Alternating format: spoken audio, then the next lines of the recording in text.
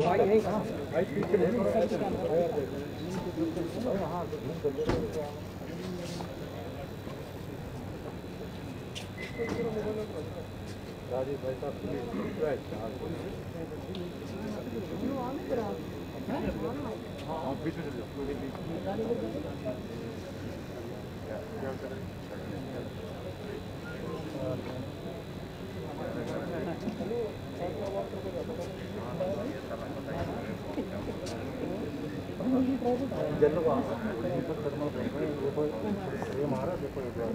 Hello hello hello check 1 2 3 hello hello. हाँ विजेंद्र जी ठीक है।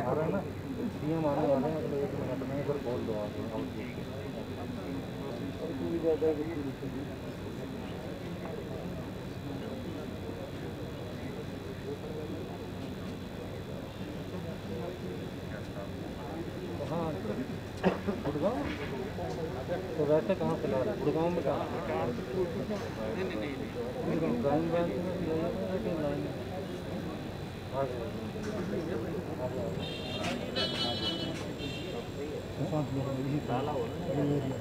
बहुत बढ़िया।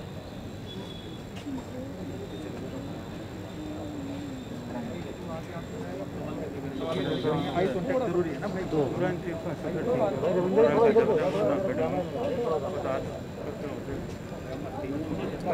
शुक्रिया भाई।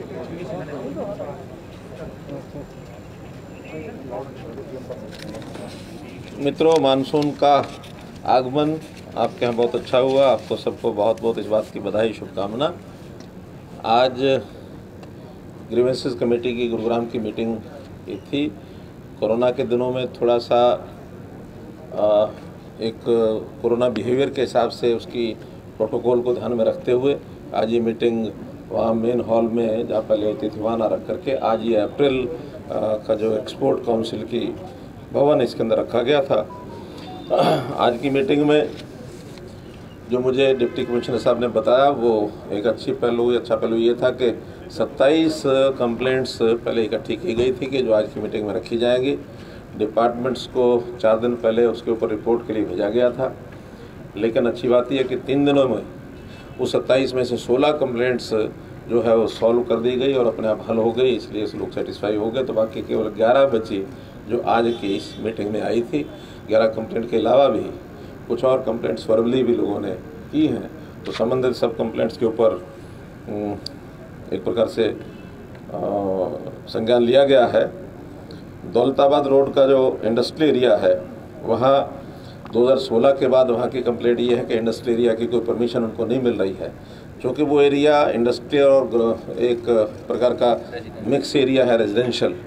तो वहाँ विचार करने के बाद ध्यान में आया कि भी एक पर्टिकुलर एरिया रोड के दोनों साइड पर वो 90% वहाँ इंडस्ट्री है, बाकी एरिया सारे में वो रेजिडेंशियल है, इसलिए उस डेवलपमेंट प्लान में उसका एक अंतर करना पड़ेगा।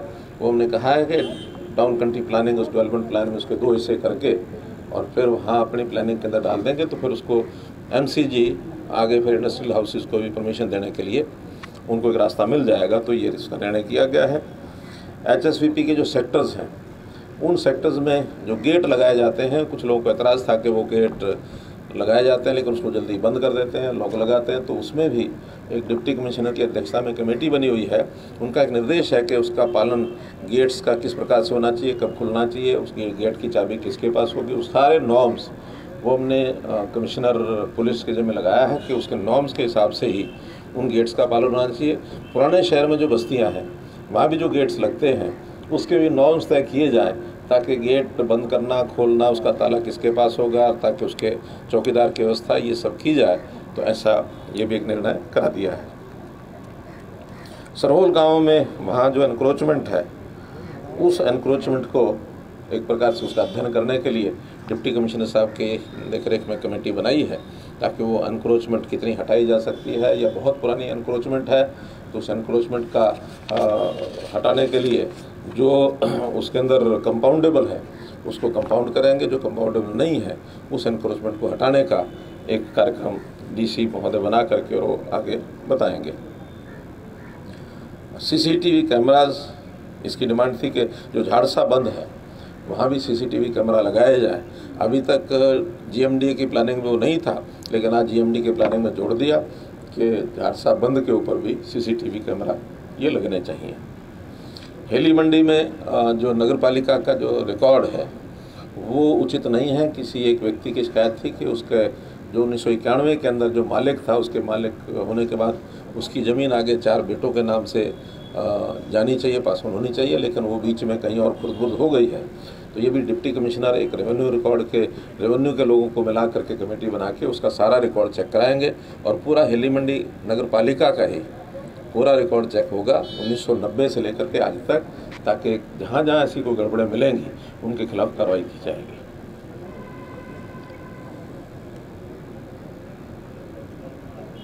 प्रदूषण नियंत्रण के नाते से बजगेड़ा में गुरुग्राम गेटवे सोसाइटी की ओर से जो कंप्लेंट थी उसमें भी जीएमडी को ये काम दिया गया है कि वो जीएमडी अपनी तरफ से काम करेंगे और वहाँ का जो मलबा है वो हटवाने का काम करेंगे। एक बिजली समस्या, बिजली विभाग की राठीवास गांव की ये समस्या थी, तो समस्या को हल करने के लिए भी 7 दिन के अंदर अंदर वो जो तारे हैं जिनकी शिकायत की गई थी 7 दिन के अंदर तारें हटा देंगे, मतलब तारों को टाइट कर देंगे, बदलनी होगी तो नहीं बदलेंगे और इस समस्या का वो समाधान करेंगे। वैक्सीनेशन के नाते भी एक शिकायत थी कि गरीब लोगों को वैक्सीनेशन के इंजेक्शन नहीं मिल रहे हैं, तो अभी हालांकि गुरुग्राम में बहुत अच्छी एक प्रगति है कि 15.5 लाख लोगों को वैक्सीनेशन के टीके लग चुके हैं और यहाँ की अगर फ्लोटिंग पॉपुलेशन सब छोटे बड़े मिला दिए जाएँ तो 25 लाख बनती है। तो बहुत अच्छी प्रोग्रेस होने के बाद भी जो गरीब लोग हैं उनके लिए जहाँ कहीं वैक्सीनेशन का कैंप लगाने की बात आएगी तो उसकी परमिशन सीएमओ देंगे और वहाँ पर प्राथमिकता के आधार पर कैंप लगा करके गरीबों को तैयार करके और उनको वैक्सीन लगवाया जाए, ताकि हम 100% आबादी वैक्सीनेशन वाले लगवा चुके हैं ऐसा टारगेट अपना पूरा कर सकें तो गुरुग्राम इसकी ओर आगे बढ़ेगा। ऐसा कुल मिला करके विषय आज आया था। तो मोटे तौर पर आज की 11 कंप्लेंट्स या उसमें 6-7 कंप्लेंट्स बाद में भी लोगों ने जो तात्कालिक जो उन समस्याओं को उठाया था उसके भी जवाब वहाँ अधिकारी ने दिए। सर, मानेसर के मारुति प्लांट को शिफ्ट करने की बात चल रही है, ऐसी खबरें सामने आ रही हैं। इस पर डिजायर का आरोप लगा रहा है, कांग्रेस का आरोप है कि ये देखिए बिल्कुल इसमें कोई दम नहीं है, ये झूठी बात है।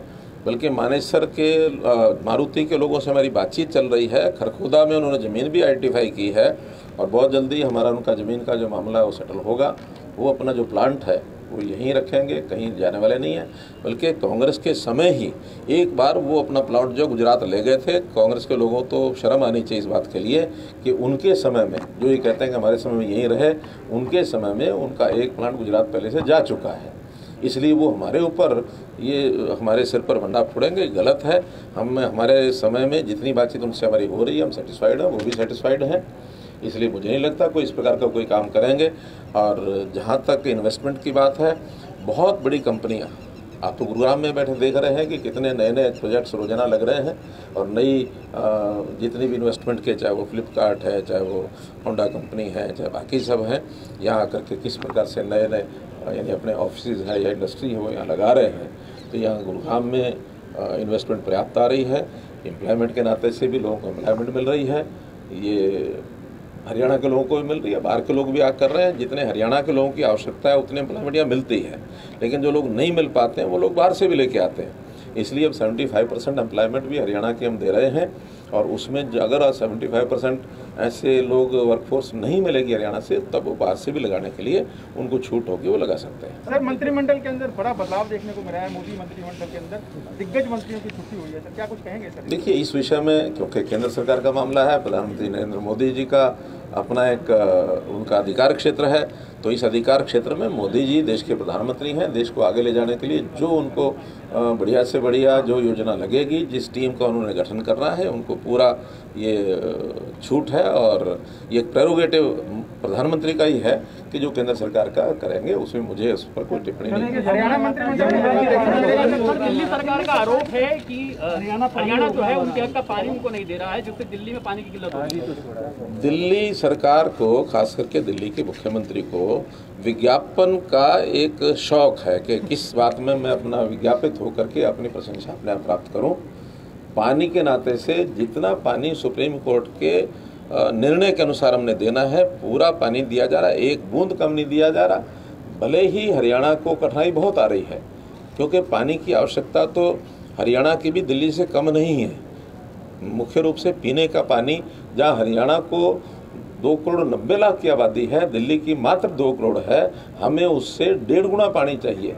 फिर भी हमारे पास 2000 यानी क्यूसेक पानी यमुना में से हमको मिलता है, 1050 क्यूसेक पानी उनको हम देते हैं। जो हाल ऑक्सीजन का उन्होंने हमारे साथ किया, आपको पता है कि उनकी 2 करोड़ आबादी, सुप्रीम कोर्ट से निर्णय लेकर के आगे के 700 मीट्रिक टन हमको ऑक्सीजन चाहिए, हमें मात्र 2 करोड़ 90 लाख की आबादी होते हुए 282 मीट्रिक टन मिला।